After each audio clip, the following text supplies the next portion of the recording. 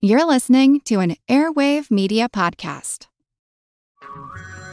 Hey everyone, it's Ted from Consumer Cellular, the guy in the orange sweater, and this is your wake-up call. If you're paying too much for wireless service, you don't have to keep having that nightmare. Consumer Cellular has the same fast, reliable coverage as the leading carriers for up to half the cost. So why keep spending more than you have to? Seriously, wake up and call 1-888-FREEDOM or visit consumercellular.com. Savings based on cost of Consumer Cellular single line 1, 5, and 10 gig data plans with unlimited talk and text compared to lowest cost single line postpaid unlimited talk, text, and data plans offered by T-Mobile and Verizon January 2024.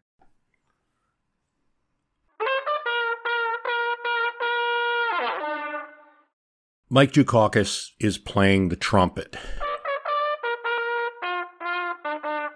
The brick wall of an Ohio factory behind him. Employees, collective owners of this model factory in front of him. The song he plays is Happy Days Are Here Again. But it doesn't feel like that's the mood. As a chief executive that's balanced 10 budgets in a row, I had to make those tough decisions and those tough choices. Once up in the polls, he was now down 6 points. We can't afford. Yet he played. And the accompanying speech would speak to economic opportunity, the American dream, the rewards of hard work. Come up with a good, solid plan with the Congress for bringing that deficit New down. Democrat jazz.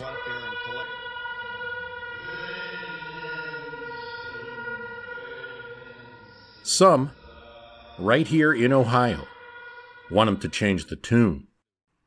The Ohio Democratic Party, according to reporting from Joel Klein, has done its own polls, unsanctioned by Boston.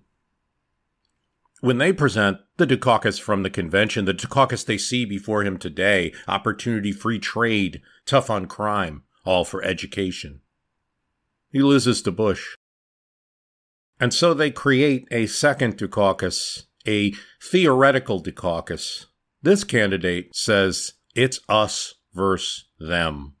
Workers are being cheated by bosses. Factories are closing. It's not fair. You're not getting your piece of the pie. I'll fight for you.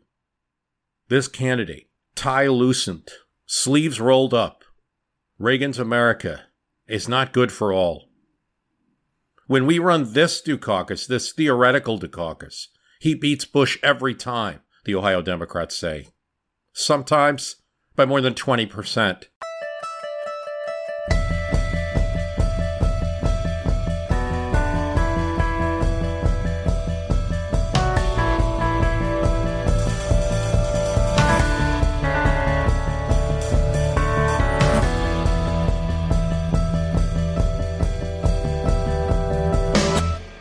And here, you might think that I'll say next, if only Dukakis had listened. I know too much about history, the dangers of hypotheticals, to say something like that. I wouldn't, because that would deprive you of that moment-to-moment psyche of a campaign, of a candidate, reading the information just available in front of them and having to make tough calls.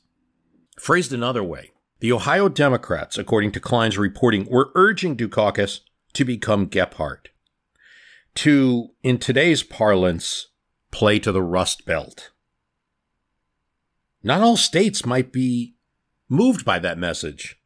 Would that program work in California? Maybe it would. Maybe it wouldn't. One reason to not start losing in a campaign as a candidate, to not get behind in the polls, is so that you don't get unsolicited advice from everybody. And that's what Team Dukakis, that's where they are at. By the time you get to the beginning of September, there's a lot of concern. There's a lot of, if Mike just did this. Sam Kawada, California consultant, Democratic consultant, said Michael Dukakis has to regain the emotional ground in this campaign. In Congress, Richard Durbin, then a congressman in Illinois, says, the argument we in Congress keep hearing from the Dukakis campaign is that we're not going to let George Bush set the agenda. But Durbin said, Bush has already said it in this campaign. He says this publicly.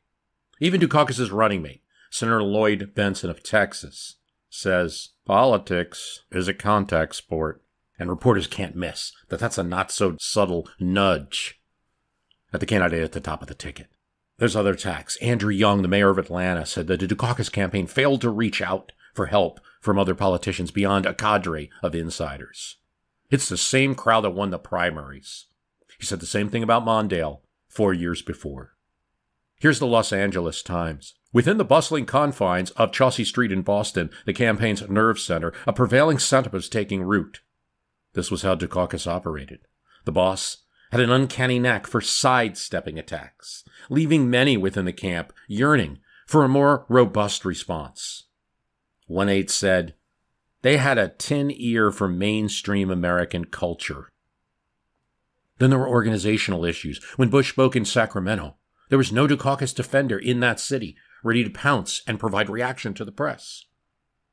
Dukakis is for gun control, but he's not taking away guns. He's not taking away duck guns. He's talking about getting rid of Uzis. Back in 1988, people made that distinction. Team Dukakis' response. An August 31st story says, ignore all of this. Dukakis has the best organization. Look at Iowa. Best organization Democrats have ever seen. In Ohio, 15 field workers. Lanny Davis, running field for the campaign, said, organization doesn't get headlines, but you all see evidence of it in the fall. But for all of these people just reading polls and looking at the events in campaign, there's a lot of frustration. I flew up to Boston, see what I could do to help, said Bill Clinton, Arkansas governor. I pleaded with people. Hit back. At least tell the voters that the federal government, of which Bush was a part, did all of the things that they're saying Dukakis did. If there's pollution in a harbor, that's on the EPA. Dukakis does listen to Clinton. He'll take a phone call from time to time. It's not clear how much it's getting through. As we'll discuss, Dukakis did end up embracing that theoretical Dukakis proposed by Ohio Dems consultant Bob Shrum and half of Dukakis' own team. At least he embraced it a little. And it's possible that this is a stew of polls that's difficult to decipher. It's possible that there was a comeback at the end of the 88 race. File that under who knows. What is clear, that 6 points down after being a double-digit leader, that hurts. It's not elimination time, though, especially when you think about two trends. So Bush is in the lead, but two things to put in your mind. One is that Bush is overwhelmingly popular in the South, which at this point of the Dukakis campaign, they're not thinking of. There is a time Dukakis makes a trip to Mississippi. That's how confident they are early in the summer. He makes a trip to Mississippi, by the way, to the Neshoba County Fair. That is the same fair that Ronald Reagan is roundly criticized about starting his campaign there. Years ago, civil rights workers were killed. They were released from prison, and a mob killed them. Reagan starting his campaign there in 1980, that's a big issue, still talked about today all the time. Very little known is that Dukakis makes a trip to this fair. And I think one of the things I had said on the Reagan podcast, you also have to understand, for this community, for that end of Mississippi, this is a very big, important fair. And Dukakis thought he had a chance. All of that is to say, thought they had a chance at the South, maybe Georgia, had the convention in Atlanta. They're adjusting strategies now. Bush is now leading in the South by more than he is nationally. So when you hear that Bush is 6 points up, you have to remember it's a lot tighter in Wisconsin. It's a lot tighter in Michigan, tighter in Pennsylvania, tighter in California. Another thing, Ethel Klein, associate professor of political science at Columbia, was talking about at the time, women were now for Bush, 44 to 41. But in May, they were 53 to 35% for Dukakis, meaning that a lot of Bush's swing comes from women. Women were not enthralled with Bush, he said. They just aren't hearing anything from the other side. And then there's just a simple fact. If Dukakis was in the lead and it turned and now Bush is in the lead, well, it could turn again. Dukakis raises a good amount of money. So this is one problem that the Dukakis does not have. Some Democratic candidates have had in the past and don't have any money. Dukakis has $50 million. $25 million in the primary, $50 million in the general. He's got nothing but money. The Bush campaign's going to have to keep up with him. But with all of the critiquing of the campaign, one thing Dukakis does do is bring back the campaign manager that he fired after the Biden video attack tape, and that's John Sasso. And Sasso, as many newspapers will report now, is the one in Massachusetts who engineered Governor Michael Dukakis' comeback after he lost the 78 election and won in 82. He's coming in as vice chairman of the campaign. Estridge is still the lead campaign manager, but everyone sees through that fig leaf. This is the guy with access to Michael. And sure enough, from campaign accounts, the first thing that he does is sit Dukakis down and say, "You're being attacked, Michael. You need to hit back." And the candidate says, "Okay." Sasso does other thing. He patches up a fight that's brewing for the most part with Jesse Jackson, and that's a good thing before, as we're going to explain, there's a place where Jackson can really do the campaign a great favor. It's never perfect, and there's too much, Sasso will admit, after the election, too much public display of tension between the two candidates. A lot of it coming from no one wanted to be publicly critical of each other, which makes the press just see the tension more. By the time Sasso's brought back to the end of the campaign, he will talk to Jesse Jackson every single day, sometimes several times during the day. It starts with a 3-hour meeting in a New York hotel and goes from there. And Jesse Jackson will receive some monies for security, not as much as that he wanted for his Rainbow organization for voter turnout, but he'll get some. Jackson and Dukakis disagree vehemently. For Dukakis, it's about going after Reagan Democrats. For Jackson, it's about turnout with people who are constituency groups of the Democratic Party and people who have been left behind. Getting them to turn out in great numbers will change the dynamics of who shows up to vote, of what the electorate is. This argument will never be resolved. The only thing Sasso will say after the election is it should have been a public debate instead of a private one.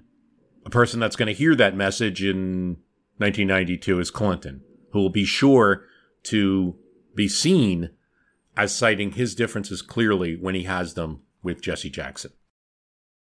One of the things Sasso will say after the campaign is that in 1988, this is hard for us to imagine now, is that while the Dukakis campaign had tension with Jesse Jackson and things that the way he wanted and were afraid to attack him publicly or even disagree publicly, he notes, everyone talked about like Pat Robertson was going to be such a problem for Bush, and then he wasn't. Everyone talked about the evangelicals going to be such a problem for Bush, and he didn't really have to do anything for them.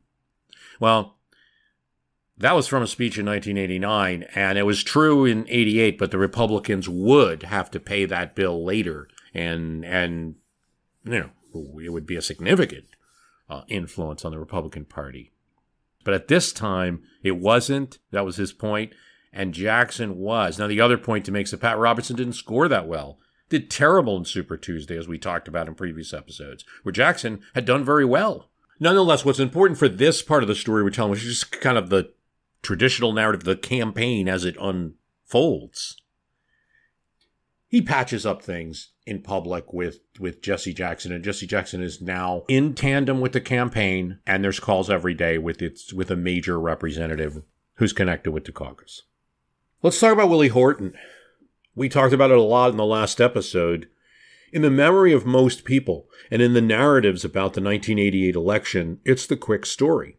You know, Dukakis was up, and then they ran the Willie Horton ad.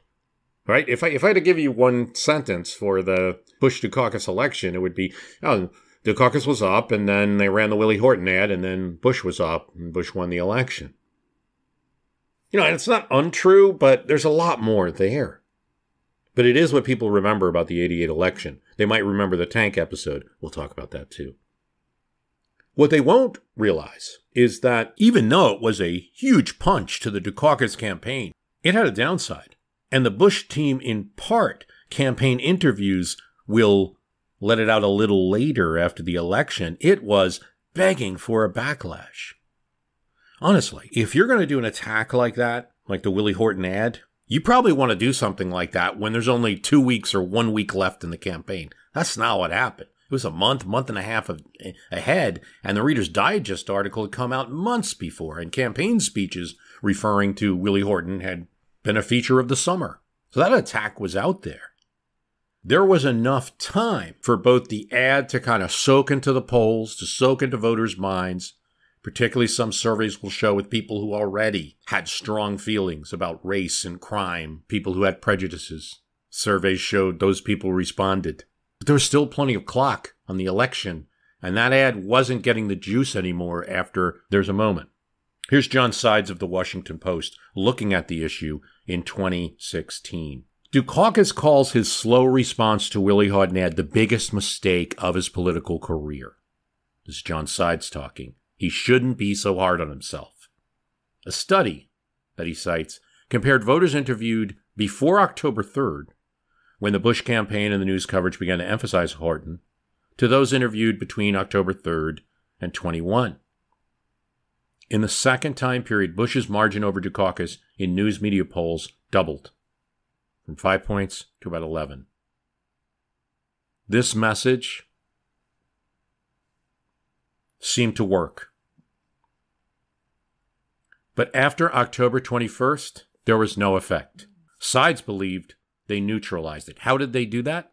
They bring out two people to respond. One is Lloyd Benson and newly codified friend of the campaign, Jesse Jackson. Both of them attack the Bush ads, both the Willie Horton and NSPAC ad, which is not officially a Bush ad, and the revolving door ad, as racist. Here's Benson. When you add it up, there's a racial dimension, and that's unfortunate. So he does it kind of in his old Texas senator way. And Jackson says, it creates horrible psychosexual fears.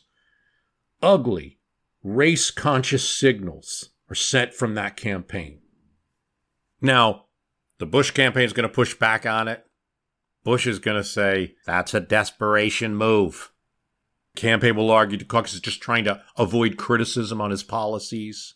Even the media, Charles Kruttheimer, will say the revolving door ad, that the actual ad the Bush campaign comes out with, shows mostly white people as they're showing that revolving door of prisoners. Washington Post editorial will say the campaign of Bush is clearly not racist. And now it's one of those, the Washington Post editorial will say, what you guys should be upset about is Bush's attacks on Dukakis over the Pledge of Allegiance in school, something that a federal court decision forced on Massachusetts. By the way, the judge for that, Elena Kagan. It's a history. Funny thing there. But put that aside. The Washington Post says you should be mad about the Bush campaign attacking Dukakis' patriotism unfairly. But in terms of the Bush campaign being racist, no, they are not. That gives the Bush campaign, they keep pointing to that Washington Post article in particular, like, see, the established guys don't think we are. The Wall Street Journal will go farther and say, Bush should apologize for introducing important issues that are actually on voters' minds instead of wanting to have a debate about Star Wars and the deficit. But again, Bush campaign has to respond. And now they're defending. After October 21st, the whole Horton thing becomes a little taboo. The juice has already been squeezed out of the orange. There's a strong feeling that candidate Dukakis has, he's going to say this years later, that the way to attack someone who's going negative on you is to pin the negativity on them. Say you're someone that uses negative ads. And that's one of the things that Dukakis campaign, we talked a little bit about it last episode, will try to do. They have ads showing the handlers of George Bush coming up with negative ads in order to cover up the lousy record that he and Reagan have. It's guys in suits, Washington types, deciding on a message. In fact, when there's a campaign consultant for the Dukakis campaign that will get a chuckle when people say, like, Dukakis should have ran ads against Bush. He goes, we were swimming in ads. There was a whole floor of people in Boston, Hollywood writers, that would come up with great ads, and Dukakis would edit it and throw half of it out. We were doing nothing but making ads all day. It was pin the tail on the donkey, though. There was no cohesive strategy, said one Dukakis media advisor who quit the campaign. On the handler ad, it comes back to the camp. You're kind of telling people, like, you're stupid, you don't understand politics. Estridge, her opinion was that, they felt like there was a possibility in the end of the campaign there that Bush, having used negative ads early, was going to get tagged with being negative. You can make a sleaze argument. You could make a nasty argument. They're running a nasty campaign type argument. But in the end, Estridge says, the spin on negative ads hurt Bush, but the actual attacks hurt Dukakis more than the negatives from being negative hurt Bush. There's also another opinion here, and it's Lou Harris, the well-known pollster, still alive for this campaign. And he says, look, both of them ran some negative TV ads. Bush's were better. And one of the things Bush will point out on the stump is when Dukakis starts to turn to go with this attack of the backlash attack, you're being negative. He'll say, what about the campaign in Atlanta? What about the convention in Atlanta? What about all those personal attacks on me? Where was George? Poor George, silver spoon in the mouth. But that Atlanta campaign, maybe not Dukakis himself, but the surrogates, got very, very personal. I think in general, politicians, and it might have been a little different in 88, but people expect politics to be a little nasty. Therefore, being negative is meeting expectations. But all of this is a long-winded way of saying that at least with this one attack, Willie Horton, that people always focus on, by the end of October, by October 21st, the election's going to be a little late, November 8th this year, it's been neutralized. And if Dukakis didn't make other mistakes, at least in this traditional telling of the story, the campaign story, still would have had a fighting chance here. A couple other things to talk about. I call this series, You Break Everybody's Back, right? That's an Atwater quote about the South Carolina primary and what it was to do for the campaign. But, obviously, it's more than just breaking Dole's back in the primary. It has to do with the whole 88 campaign. Just an extremely negative campaign. But in a way, all campaigns have elements of it. One of the reasons 88 gets so negative is it's so close, so polarized. Dukakis has an actual chance. Democrats also have control of Congress. Republicans don't have a chance of that in this election. Actually, as it's going to turn out, they'll lose seats in the House, Republicans. Democrats will gain seats. Things get nasty when things get competitive. But I also call it the 1988 presidential election and the start of politics as we know it. And I think it's just the polarization is there, the handlers moving from the background to the foreground of news media coverage, the new types of news media coverage, not fully there yet, but cable news at least, the closest thing to, say, a bit social media that you have, going to totally change the 92 race. And then little things. One, I note, the FCC repeals what's called the Fairness Doctrine in 1987. And there going to be a whole podcast on that. I probably will do that. And many contend, this is the best way to say it, many contend that brings on talk radio, particularly a very aggressive, about 98% to the right, political talk radio. It is not a coincidence, probably. It gave safer ground to having more political content on the radio. Rush Limbaugh starts his show in 1988. And so some of the things we're talking about here, some of the issues and the attacks of the Bush campaign are also being, in some measure, at this point a small measure, brought out and enlarged by talk radio. The Willie Horton, the Pledge of Allegiance, the Boston Harbor, and things like that. It's not a balanced kind of fairness doctrine view of like, hey, Boston Harbor is dirtier than Mike Dukakis said about she said his record was great. But also, the federal government has the EPA, so maybe they should have been the one that, why didn't Bush clean it up? No, the radio station doesn't have to do that. So this is starting. I'm not going to say this thing turned the race because that's ridiculous. I'll also note, kind of on the other side, something closer to the way left politics operate now. REM, lead singer Michael Stipe, released their album, the Green Album. The first, hit song on that is going to be Stand in the Place Where You Live, kind of encouraging action. Stand up. The date of release of the Green Album is November 8th, 1988. REM times its album for Election Day 1988. If that's not a reminder to their fans, and they're on Warner, but this is their first record on Warner Brothers, tying in music to voting.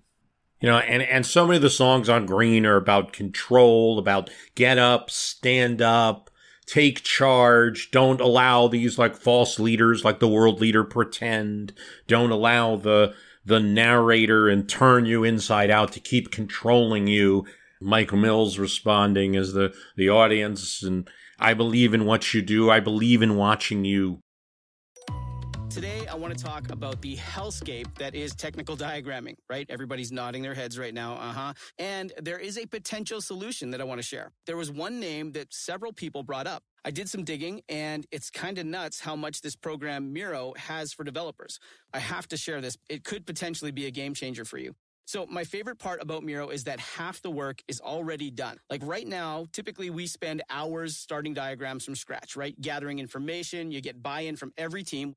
Following up, that's a lot of work to do. But Miro has a full set of integrations with the tools you're probably already using. And they also offer open APIs and SDKs for custom solutions for all those niche diagramming use cases we have to do, right? So the end result is the same, but it doesn't take forever. It's a massive, massive time saver. I'm transforming basic flowcharts and network architectures, and it all lives in one place.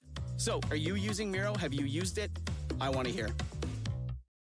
Hi, it's Bruce. Listen, we all know the news headlines are full of wild stories, like how the world is tipping towards authoritarianism, all while somehow, simultaneously, freezing, flooding, and on fire. It's a lot to take in. But what if, instead of being on the brink of disaster, we're actually on the cusp of a better world? If I've got your attention, then I highly recommend tuning to a podcast that offers a weekly dose of optimistic ideas from smart people. What Could Go Right is the acclaimed news podcast from the Progress Network. Zachary Karabell and Emma Varvaloukas dive into the biggest news and most pressing topics of our time, from climate change to politics, and make the case for a brighter future. Season 5 features fascinating guests like democracy scholar Yesha Mounk on the hidden perils of identity politics, and NPR anchor Steve Inskeep about the importance of talking to people who differ from you, and what Abe Lincoln learned from those conversations that helped him unify the country. It's time to ditch the doom-scrolling and polarization and start focusing on some of the things going right. So check out What Could Go Right wherever you listen to podcasts. One of the things that I remember about the 1988 election, and to me, this memory comes up whenever we talk about social media, memes on social media, particularly political advertising on Facebook or things like that. I remember a flyer, and just a plain old photocopier flyer, and you don't think about that much anymore, but just a flyer that might be left in a workplace, in a lunchroom, on bulletin boards, which were popular in various places. You'd staple one on. The memory that I have is just being in the Poconos in Pennsylvania one summer, 88. Someplace, it was like ice cream, hot dogs, that type of a place, little pavilion. And somewhere, I do not believe it was a flyer put up by the proprietor. It was in a common place, but not right where you're being served. It was more like near where the tables were.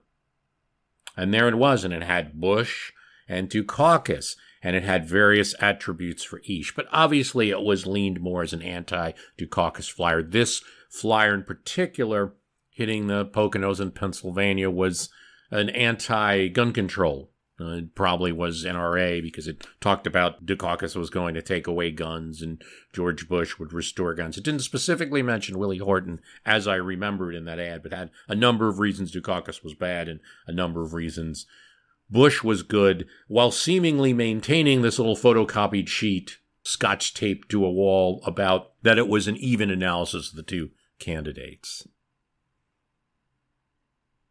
Now, apparently, flyers like that were present all over the United States. Dukakis' campaign also had it. There's a specific flyer that they would give to union members, much more professional-looking flyer, but it was also a comparison of Bush and Dukakis in seemingly, by the font, equal terms, but a little bit more weighted towards Dukakis and how much better he would be for average working people. You know, and it's always struck me about these type of things. You don't think about it much now, but that ice cream and hot dog stand, there might have been 30 people while I was there. It doesn't take long to eat hot dogs and ice cream. So you're cycling through different crowds for a long time. Perhaps in a few weeks in the summer, thousands of people may have seen that little flyer changing the vote in Pike County, Pennsylvania. The Maryland GOP party puts out a flyer that is much more direct, and it says, "Is this your pro-family ticket for 1988?" And it has a picture of Dukakis and Willie Horton. "If Dukakis is elected, someone like Horton can visit your family too."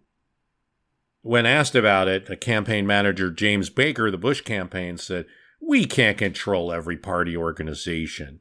Roger Ailes says the same. "You can't control all of that. People are going to do what they're going to do." Well, there are just 50 state organizations. It would seem at least at the state level you should be able to get a hold of that thing. But all of this is leading to criticism of the campaign itself in a way that you hadn't seen. I don't see it as much in 76 with Ford and Carter or 84 with Reagan and Mondale or that sort of thing. And before the race is over, you already have scholars like Kathleen Hall Jamieson, University of Pennsylvania, saying that this is the worst election since 1964.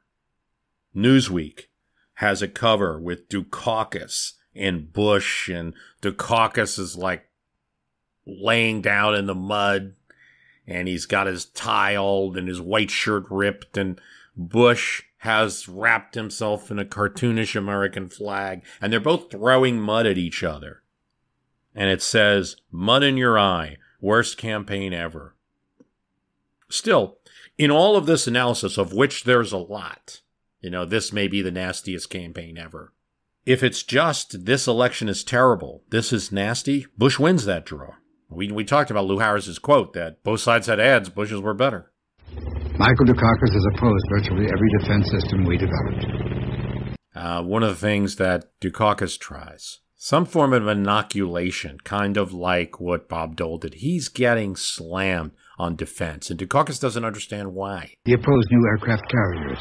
He opposed anti-satellite weapons. He talks about defense all the time. He talks about both arms control on the nuclear side and conventional ground forces. Massachusetts leads the nation in terms of the manufacture of military equipment. He talks about it all the time. So he supports new weapons programs. He supports a new approach for matching the Soviet threat. But yet in a national survey by the Los Angeles Times, 54% favored Bush. 18% favored Dukakis when asked who would best secure national defense. Now, if you ask, who cares about people like me, Dukakis is winning that. If you ask, who will best foster national defense, Bush overwhelmingly wins that. Dukakis wants to change it.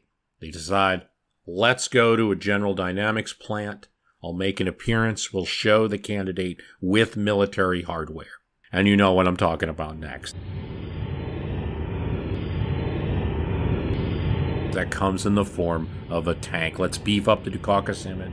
We'll put the candidate next to a tank. Heck, we can even put him in a tank. The campaign split on even doing this. And so are the campaign friends.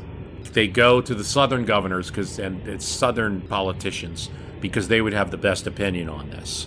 It's seen as the hawkish area. Sam Nunn is like, you've got to do something to shore up on defense or you're not going to win this election. When they ask Bill Clinton, he says, it's a waste of time. Dukakis needs to play to his strengths. Jobs, health care. Bush is weak there. As Estridge will tell the story, they went with Nunn and the Hawks. Now, here's the strange thing about this story, too, is that There are people on the campaign advance team who say this is going to be weird here because in order to drive a tank, in order to hear the instructions of the person of what's going on and how the tank works and all of that, you need to wear this communications helmet. And the communications helmet is pretty big. The campaign's actually warned of this. They send the head advance man from Boston to make a special flight. He doesn't want to do it to this General Dynamics plant. And then he gets there and says, okay, yeah, I see this might be a problem. So what we'll do is we'll do two passes. One is Dukakis is going to go by with the tank. We'll make sure when we do the still photo that Dukakis is not wearing the helmet. Joe Lockhart, who is deputy press secretary, later be press secretary in Clinton's White House, he recalls that Dukakis ended up wearing this helmet. And Dukakis said, I want to be able to hear about what they're telling me about this tank. Quintessential Mike Dukakis, Lockhart said. For everybody else, this was a photo op. Dukakis wanted to understand how the tank works. No one considers the possibility when they're doing this that, except for some of the junior advanced staff, that even though they're doing a photo op where pictures to be taken with the helmet off, that the video, while the tank is moving, he has the helmet on. Reporters laugh. An aide at headquarters recalls, the second we saw that picture on the 6 o'clock news, we had pains in our stomach. And 400 miles to the south, Rich Bond at the Bush campaign, future RNC chair, said, my God, why on earth did they do that? He looks like Alfred E. Newman. A Republican operative, David Demarest, said, we had a lot of fun with it. For 3 days, every time we sent something to the press, like our little daily notes, we would say, like, thank you very much, and no tanks. He opposed 4 missile systems, including the Pershing II missile deployment. An independent guy had an 11-second snippet of this tank ride. We bought it, and we made an ad out of it. Dukakis opposed the stealth bomber and a ground emergency warning system against nuclear attack. And they add in grinding tank treads. He even criticized our rescue mission to Grenada and our strike on Libya. An engine noise, along with scrolling. Michael Dukakis has opposed virtually every defense system we developed. He opposed new aircraft carriers. He opposed anti-satellite weapons. He opposed 4 missile systems, including the Pershing II missile deployment. And now he wants to be our commander-in-chief. But it's not what the narrator's saying. The whole time this is going on, and these scrolling words are there, of all these weapon systems he opposed it, allegedly, Dukakis is in that tank with the goofy hat. America can't afford that risk. Dukakis had supported all the programs. He often would suggest different versions of them or different amounts of spending, but he had supported every one of the programs. And so, just as they're responding with Jesse Jackson and Lloyd Benson, Dukakis himself responds with his own television ad. He has the tank ad that Bush is putting out on a television screen in his own ad, and then he goes over and turns the TV off.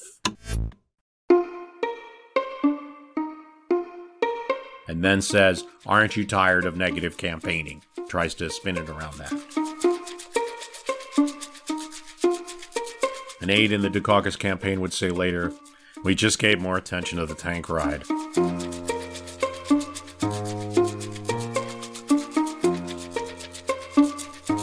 That's something that maybe works better with cable TV, faster news coverage, maybe something that works better with today's social media, where people on Twitter can provide more information. You know, Dukakis actually supported all those web. This is a lie. This is basically a lying ad or something like that. Some enterprising social media user could find Bush with a goofy hat somewhere. That doesn't happen in 1988 in this news environment. So maybe Dukakis making this like meta arguments might have been a little ahead of his time. The polls say the number one domestic issue to a majority of voters is drugs. What is there about these times that drives or draws so many Americans to use drugs? I think we've seen a deterioration of values. I think for a while as a nation we condoned those things we should have condemned. For a while, as I recall, it even seems to me that there was talk of legalizing or decriminalizing marijuana and other drugs. And I think that's all wrong.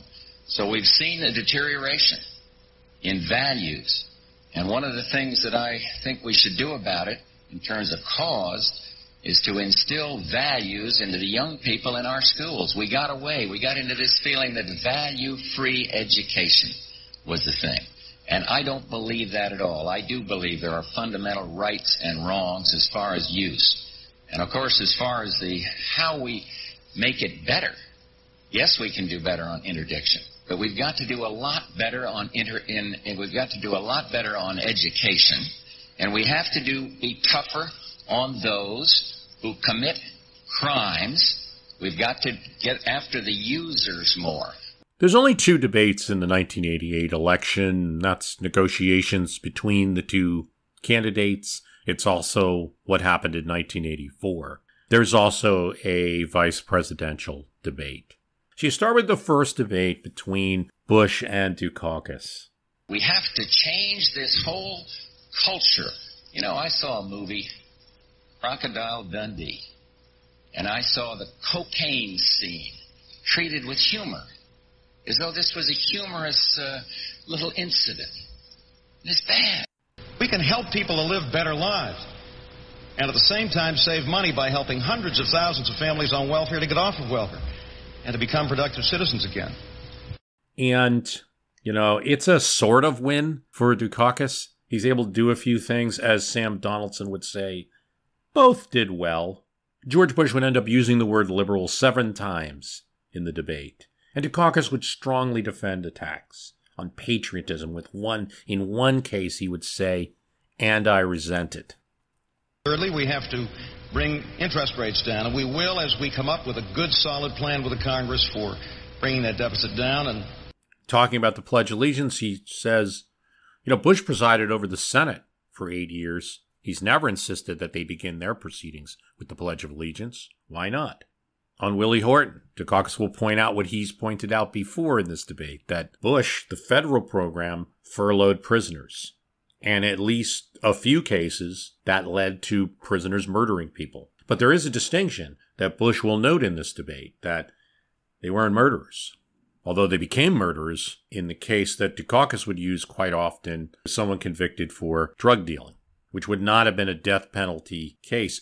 Bush's point in the debate will be, I won't allow murderers to be alive to be furloughed. I want them to meet their maker. I'm for the death penalty. Dukakis will try to score on Dan Quayle. He's like, I chose Lloyd Benson. You chose Dan Quayle. Bush gets a quick jab in. I hope this would be a friendlier night. Wanted to ask the governor if I could hitchhike or ride on his tank. One poll suggested that 38% said Dukakis won the debate versus 29% for Bush. But given the stakes of the election, that really meant it didn't move the needle.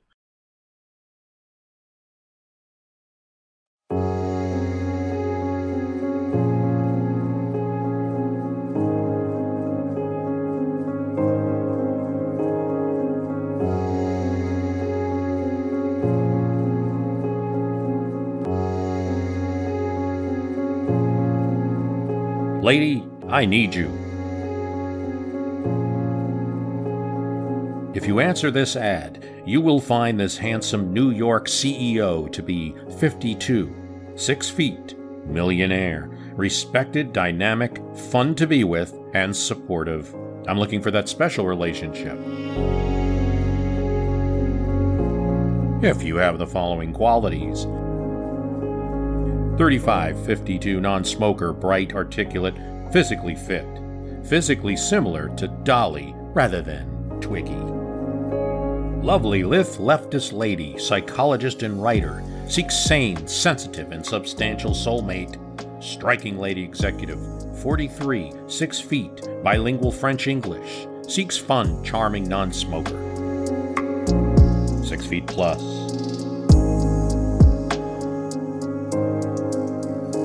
The toughest trainer in New York sends his gym to you. Internationally trained, world famous. He knows your body, how far to take it, without becoming a slave to expensive machines. Radu, New York. Home or office visits available. Business leaders may face decisions, delicious decisions, at our daily buffet, Le Patio. Every buffet is a superb French bounty. Cedrogia's furs, mink coat available in black gamma, umber dusk, blue iris, or black willow. Cedrogia's furs. Is your money giving you the runaround? Keep track of your finances with the Greater New York Bank, all in one account. High money market earnings.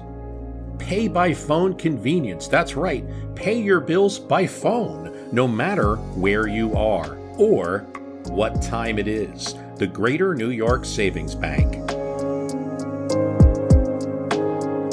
I'm reading from the pages of New York Magazine, October 1988, coming out. Magazine predominantly covering New York City at the same time that the election is going on. And I think it's funny. Look, New York City is not America, but it is funny to see some of the things going on, particularly for the part of the country that had some money and some of the choices available. Those of you who, I'll do a little plug for the premium, those of you who have subscribed to that, you can hear the whole thing where I'm sort of vocalizing the magazine and all different parts of it. There's like 1,000 things to do in October 1988 in that city. Different things going on. There's it comes at the time of the Halloween parade in the Village, and also a bonfire in Staten Island and things like that, just among many things. Cheerful and go-lucky Italian-American, 44 romantic, cuddly funny. Enjoys the outdoors, sports, movies, and the honeymooners. Stop smoking. One office visit. Lose 30 pounds in 30 days for less than $30 per week. Save $100. Join Paris Health Club, 752 West End Avenue, New York, New York, 10025. Join before October 31st and save $100. And we will even get you started with a new sweatsuit, a towel, and a gym bag. That way, whether you go or not, you can show off that stuff and tell people you go to a gym. The ad doesn't say that part. Introducing Minute Maid Premium Choice, the new not from concentrate juice. I'm ready if you are. Pretty, female professional, late 30s, enjoys outdoor sports, sense of humor. Diagramless. Theater, classical music, seeks insightful, successful professional male. Champagne. Early 40s, handsome, slim, fit entrepreneur. Seeks woman of inner and outer beauty. Non-smoker, sexy in jeans or black gown. Open 7 days, Eisenberg & Eisenberg. Are exquisite worsted flannels and midweights and blends. Silhouetted Italian shoulder suits and sports coats. We will serve you as we have since 1898. One of the other articles of note, we talked about Tanner 88, the TV show. It's canceled. By the way, the Tanner 88 cable show, featuring a fictional candidate running for president in 88, is canceled before the time we reach the general election of 1988. It was novel. It had Robert Altman and Gary Trudeau, the cartoonist, combined. Canceled on American TV, not really understood. It wins an award in France, a very prestigious TV award. That's noted. Also, there's that article from Joel Klein. Shows a picture of Dukakis playing the trumpet.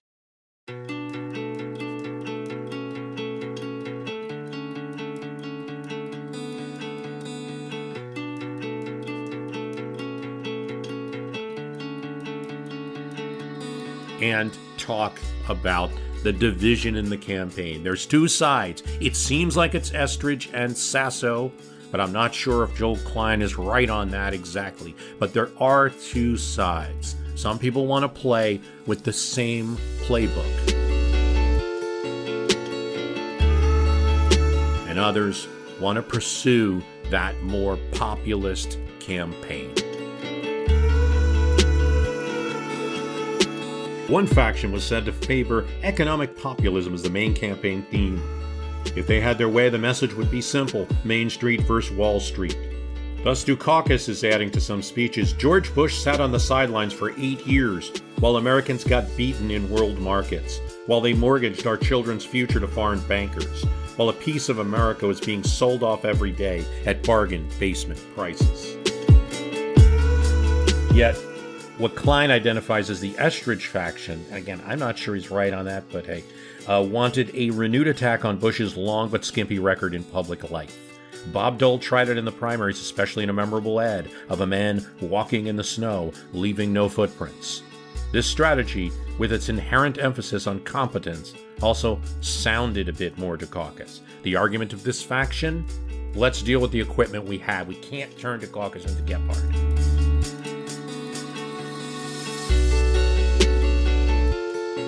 How can Mr. Bush be a leader when he's never been in the loop?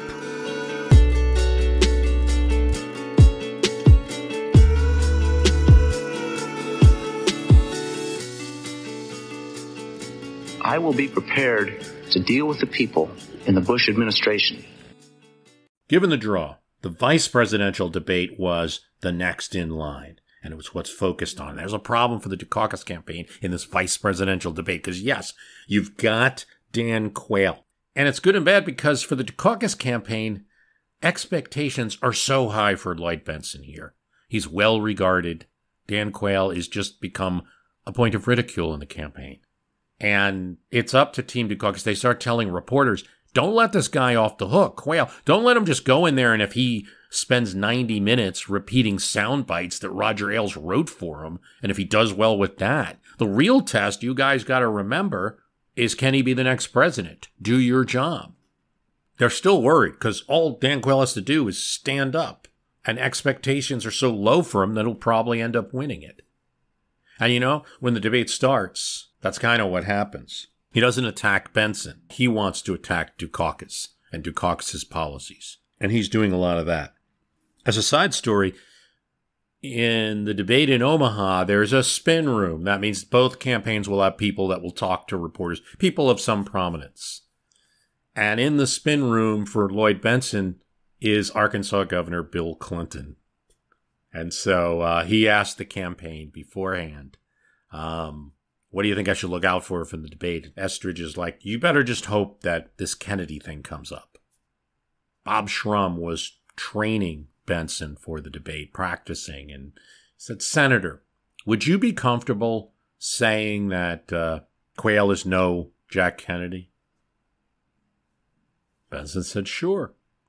Lloyd Bentsen had been at Jack and Jacqueline Kennedy's wedding, so they rehearsed the line a few times, just in case it comes up. And so it takes a few times. The reporters keep bringing up experience, and it takes a few times that Quayle keeps saying, this is the third time you brought this up. But I'm just going to tell you that it is not just age, it's accomplishments, it's experience. I have far more experience than many others that sought the office of vice president of this country. I have as much experience in the Congress as Jack Kennedy did when he sought the presidency. And, Quayle's not wrong. He had a couple terms in Congress and 8 years as a senator. But, Senator, I served with Jack Kennedy. I knew Jack Kennedy. As Lloyd Bentsen will artfully tell the audience, Jack Kennedy was a friend of mine. When you put it all together, yeah, you're not. Senator, you're no Jack Kennedy. There's Bill Clinton in the spin room and, has the easiest job in the world now. You saw what the next vice president of the United States is capable of. And so the Dukakis campaign has probably its greatest rhetorical moment of the election. Yeah, and it has a real impact. E.J. Dionne says, it helped to revive a badly wounded ticket. I have to tell you about a fellow Airwave Media Network podcast. I think you're going to like it. 400 years ago, a trio of tiny kingdoms were perched on some damp islands off the coast of Europe. Within 3 short centuries, these islands would become the center of an empire, which ruled a quarter of the globe and on which the sun never set. hosted by Dr. Samuel Hume, a historian of the British Empire. Pax Britannica follows the people and events that built that empire into a global superpower.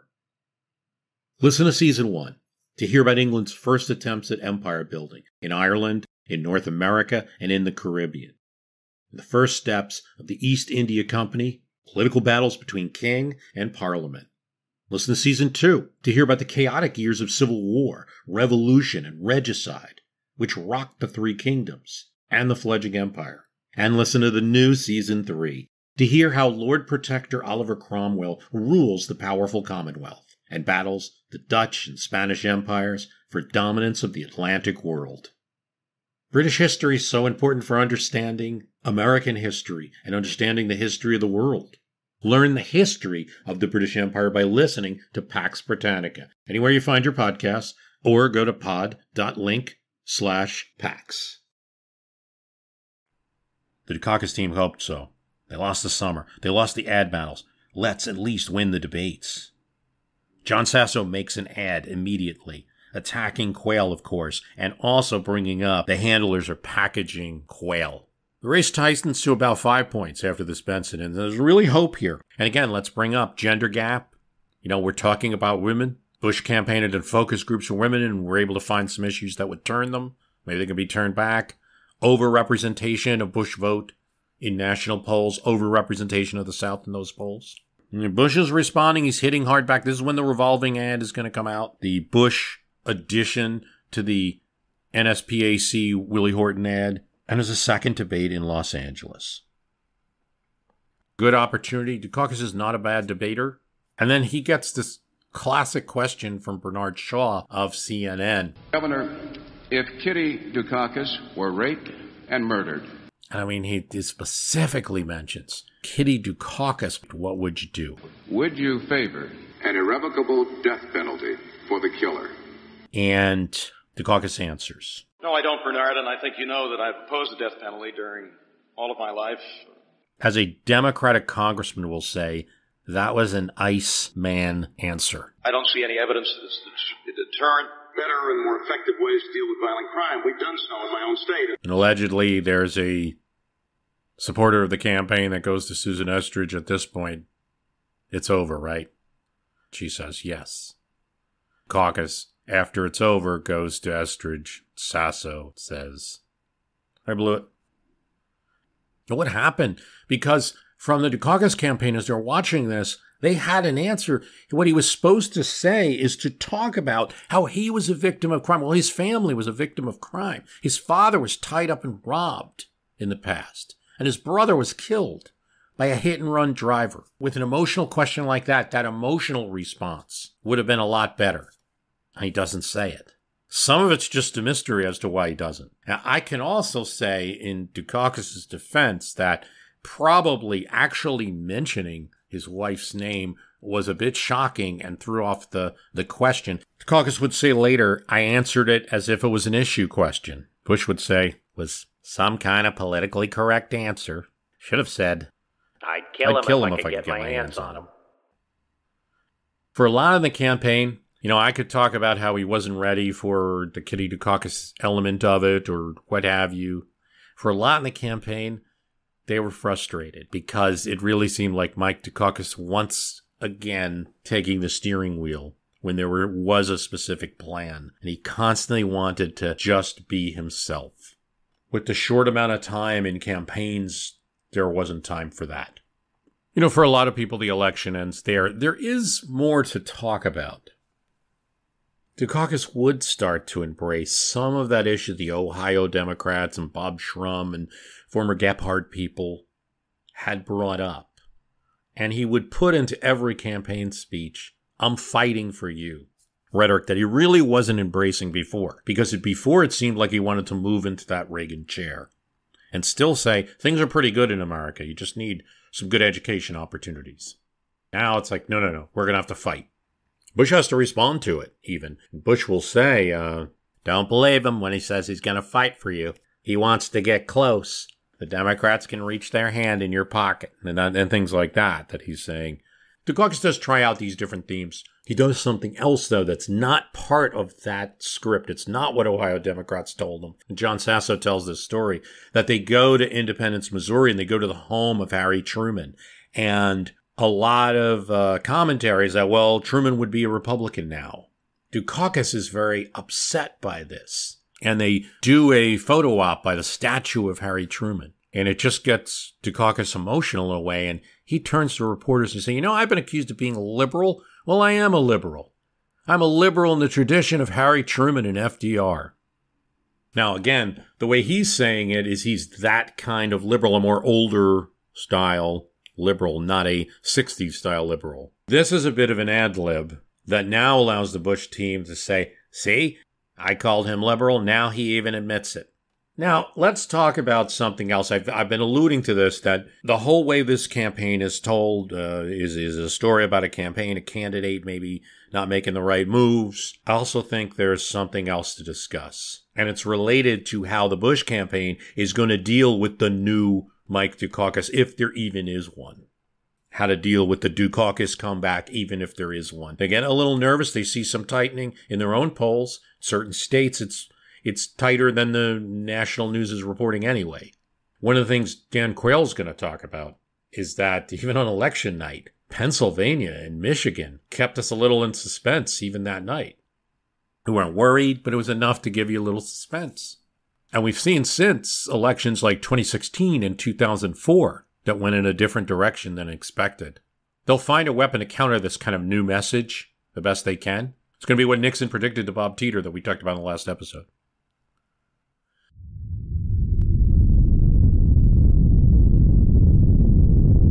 First, I want to talk about the invisible election that may have been going on and that people don't talk about enough, I think, in discussions of 1988.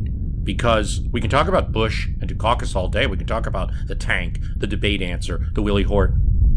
But what about Dukakis versus Reagan? As a candidate, Dukakis' real job, and this is the tough job, is running against Reagan. It's nice to think your job is to run against Bush and especially Quayle, but your real job is running against Reagan, running against those 8 years. Certain steps that are taken in 1988, even some that might not have been specifically taken for the 88 election, it just happened to be the case. For instance,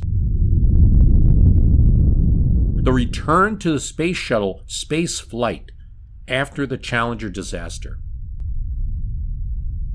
Challenger explodes in 1986, and America's shocked by it. And there's a resistance to perhaps sending astronauts into space until things are really safe again. The next mission of the space shuttle is October 1988. The launch is successful, the mission up in space is successful, and the astronauts are returned home safely. Who is there to greet them? Vice President Bush. And I think this is just one of a series of quiet accomplishments that are occurring in 1988. For instance, Reagan goes to Moscow, and that's a big deal. He had not seen any Russian leaders in his first term, and he had not been to Moscow. May 29th to June 2nd, 1988, Reagan goes to Moscow. And this is where he famously, when he's asked, do you still believe this is an evil empire? And he says, not anymore. I believe things can change. It's the fourth meeting between Reagan and Gorbachev during his presidency, all of it in his second term. Reagan's the untold part of this 88. It'd be fine if he's a bystander. He's not. He's distant from the action, but he's not uninvolved. We talked about that episode with the crazy rumor. There's no one else that could have delivered a message like that without a huge backlash, except for the President of the United States. Reagan was always attacking Dukakis. The budgets that Dukakis boasts of having balanced includes creative accounting that nearly sent New York City to the poorhouse just a few years ago. Dukakis would attack Reagan back. Dukakis would especially focus on the Star Wars plan, which was unpopular with a lot of people, seemed unrealistic and very expensive. As president, I will move beyond Star Wars and stargazing to fixed stars of equal opportunity and equal rights and equal justice. Reagan versus Dukakis never worked well for him. Something else. Reagan gets the treaty that he agrees to sign with Gorbachev. He has to deal with conservatives in his party. The Senate approves the INF treaty by 93-5. So Reagan takes on conservatives in his own party in a way Americans cheer. This is peace and prosperity in our time. This is the peace part. But you've also got the prosperity. You've got about 4.5% GDP growth in 1988. And that's higher than 87. Yeah, you have the Iran-Contra that's still there and has not been fully resolved, but it is a year away from most of the hearings and events. You should direct your attention to something else not talked about in the Dukakis versus Bush story. Ronald Reagan's approval rating. The year starts with Ronald Reagan at 49%. That's not great for an incumbent president. It's a little different now with polarization, but that's not great. It's only at 50% when Michael Dukakis wins the nomination, wins the New York primary, pretty much gets the nomination. When Democrats have the convention, Reagan's at 54%. When they go to vote in November 8th, 57% of Americans approve of the job that Reagan has done. Despite some variance, Reagan's approval, if you watch that, moves up, disapproval moves down. And it varies between polling numbers. I'm using Gallup. I find that if you're doing historical comparisons, Gallup's been polling so long that it works. There's a New York Times poll at one point that shows 60% approve of Reagan's job. It's actually set up during a joke skit on Saturday Night Live, and they would have John Lovitz do Dukakis, and he's on the stump there, and it would say, thing that hurt us is Reaganomics works. You're doing well. You're better off. I wish you weren't, but you are. So I think there's this invisible election going on, things that are positive happening. Now, those are the big things. But it's funny, Reagan himself will bring up other things. For instance, the end of the Iran-Iraq war, peace in the Persian Gulf. Boy, that's an issue that has come back. Having to protect our ships delivering oil and other nations' ships delivering oil in the Persian Gulf from mostly Iranian, but sometimes Iraqi threats was an important and stressful part of the tail end of the Reagan administration there. And that end of the Iraq-Iran war was considered a success. We have a ceasefire in the Gulf. The Soviets have withdrawn from Afghanistan, and we work towards an agreement for Cuban and South African withdrawals from Angola. Peace is gaining ground. Where does Reagan make these speeches? Supporting his vice president for take the seat that he now has? Well, just as Richard Nixon had predicted to Bob Teeter, the campaign calls to bring Reagan to California in the last week. This is their counter to the new Dukakis. You got a new, somewhat populist Dukakis thing going on, possible comeback in the polls, just enough to scare us a little. And it's interesting because now you hear debates about the Electoral College. Well, in the last week, the only thing the Dukakis team, if they had any glimmer of hope at all, it's a win in the Electoral College. If they win the right states, they had 18 states, most notably Michigan, Ohio, California, Illinois, a few others. If they could win 18 states, even losing the popular vote, they'll get the Electoral College. It goes to the last couple of days. I don't need sleep, Dukakis tells the press. Night in California, sunrise in Cleveland, daytime in St. Louis. Dukakis ends the campaign, spending every moment campaigning and predicting a November surprise. He does a flurry of last-minute campaigning, including interviews 7 p.m. on election night. I wasn't kidding myself, Dukakis said. I thought we had a shot. What's the cure for that? A dose of Ronald Reagan in the state where he had been governor. Maybe winnable by Democrats, but usually safely Republican. Reagan is there to shore this up. Just like Lloyd Benson had said about Dan Quayle, he's no Jack Kennedy. Reagan says about Dukakis, he's no FDR. We remember the first one, but the second comparison may have been more effective. The results were a 53.4% victory for Bush, 426 electoral votes. No Republican candidate, including George Bush's son, has exceeded that number. It was the last broad win, pulling in from all regions, pulling from suburbs, few cities, and rural areas. It's the last where Republicans are going to win California, win Connecticut, win Maryland, win New Jersey.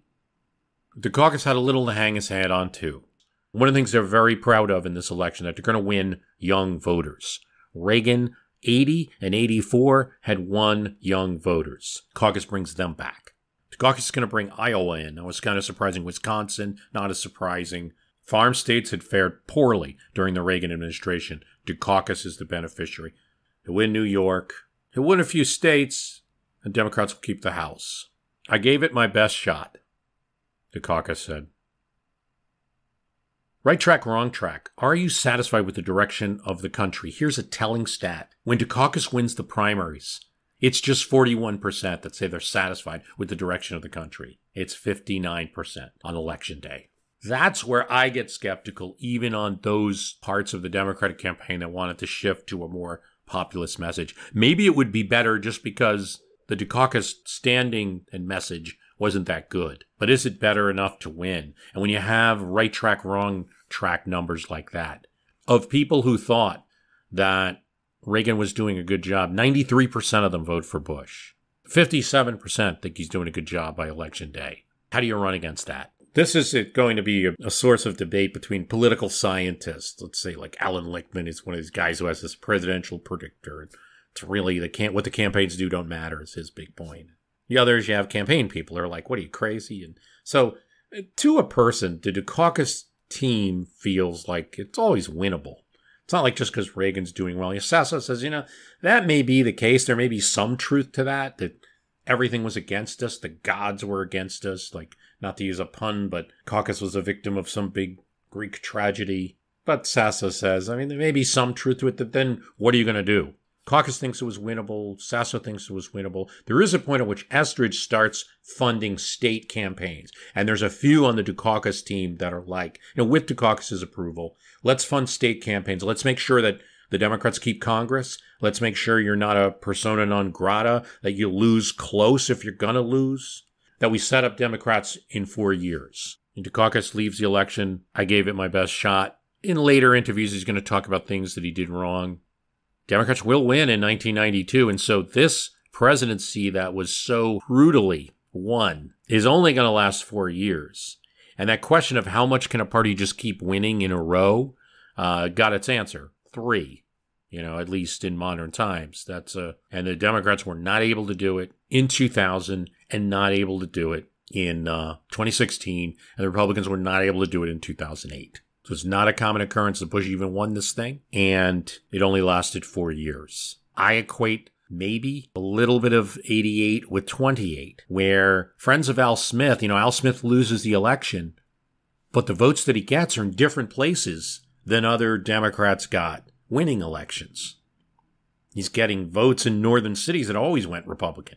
That's set up, and the fact that it was a nasty campaign, especially attacks on Al Smith's religion, not in the mouth of Herbert Hoover himself, surrogates, and especially state parties. It was so nasty that some folks around Al Smith who were like, we're going to do anything to get a Democrat elected. They want Smith, but they get FDR elected.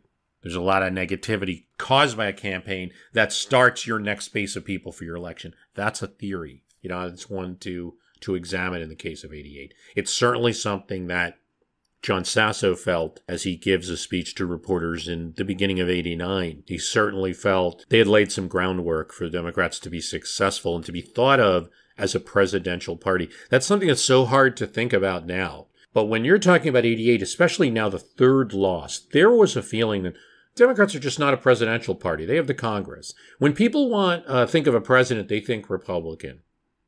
Because remember, Carter won, but that was just a one term. And so for 6 elections, 5 of them went to Republicans. And so Bill Clinton will change that, and that's changed our politics as we know it now, that now it's competitive at the presidential level between both sides.